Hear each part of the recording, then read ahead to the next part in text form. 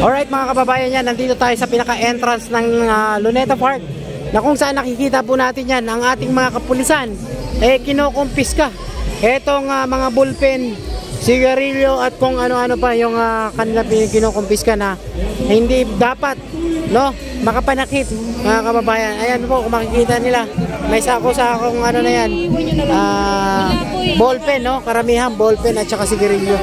Yan, bawal na bawal po yan, ayan. Kaya hindi makakalusot po kung ano man yung dadalhin dito na may magtatangka pong ilusot. Ayan.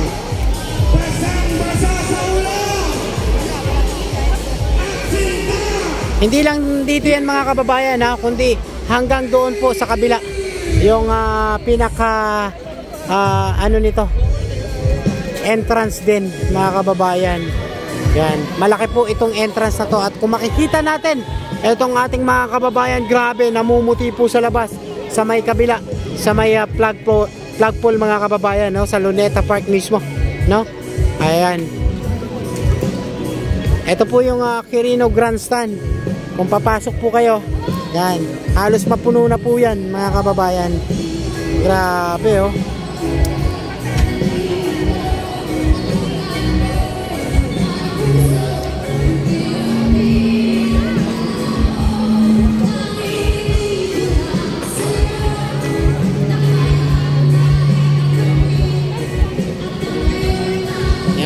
Dino-double check talaga yan mga kababayan.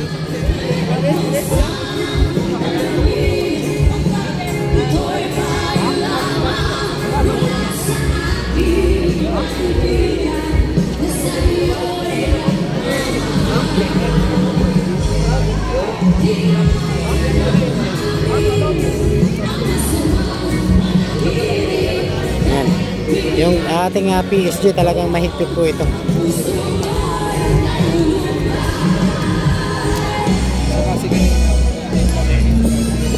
Kaya pinapangalagaan lang ang seguridad din ng karamihan mga kababayan, kasi malay natin may makalusot na papasabog dyan, mahirap na.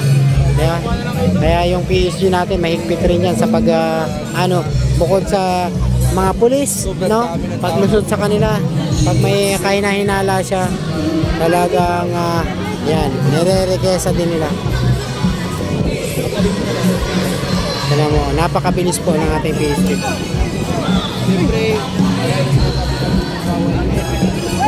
Grabe, sobrang dami.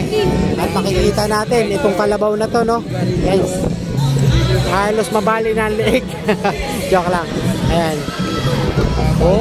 Grabe, patuloy pa rin sa pagdagsa. Sigurado mako-confiscate. Hindi, mapupurga. Kasi di sila makapagsigarilyo. Bawal ang sigarilyo.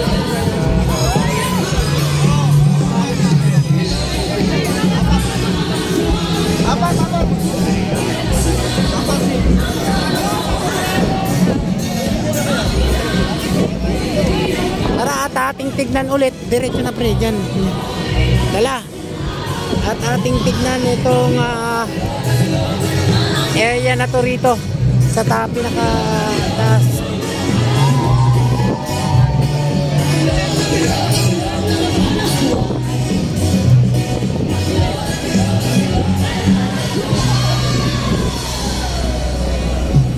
Yan tuloy-tuloy pa rin ang pagdagsa. Grabe mga kababayan. Hay, nakakapangilabot ito Grabe. Talagang pumapasok pa rin sila hanggang sa mapuno. Pati yung sa kabila punong-puno rin. Grabe mga kababayan.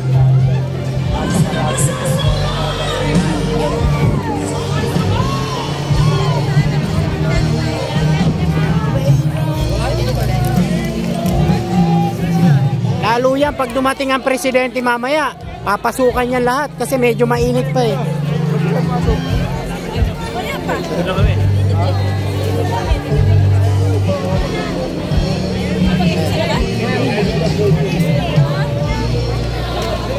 Pasok na kayo kasi mamaya magla-lockdown yan. Oo.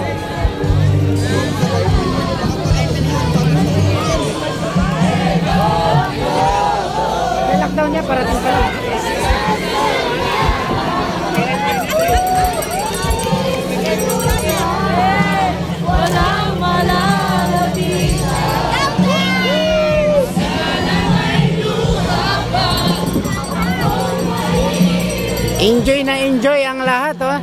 Napapakanta sila, napapaindak sa kanilang boses. Ayan ang pagkakaisa.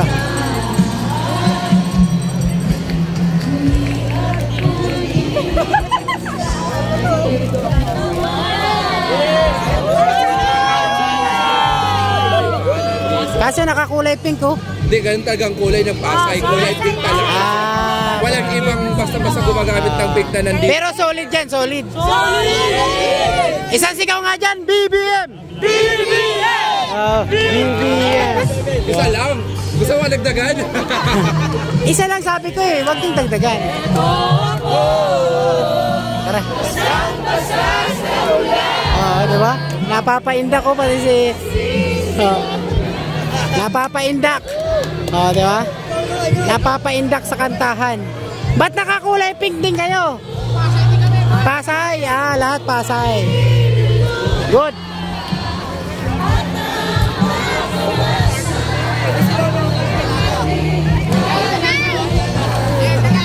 Asan? Oy, taga Maynila, dalaga ka pa pala. Baka dala na. Sige. Walang malalapitan. Sana may luha pa akong maiiluha. Mukhang uulan na. Ambon lang pre kasi ano. Init-init. Thank you. Enjoy yan. Dapat tunasan na kayo para makakuha kayo ng mga free. Barangay 190. Pasay! Robert Adventure Vlog, tsaka Papa Bin TV, Yahay ni Boy. Walang live. Saka pre.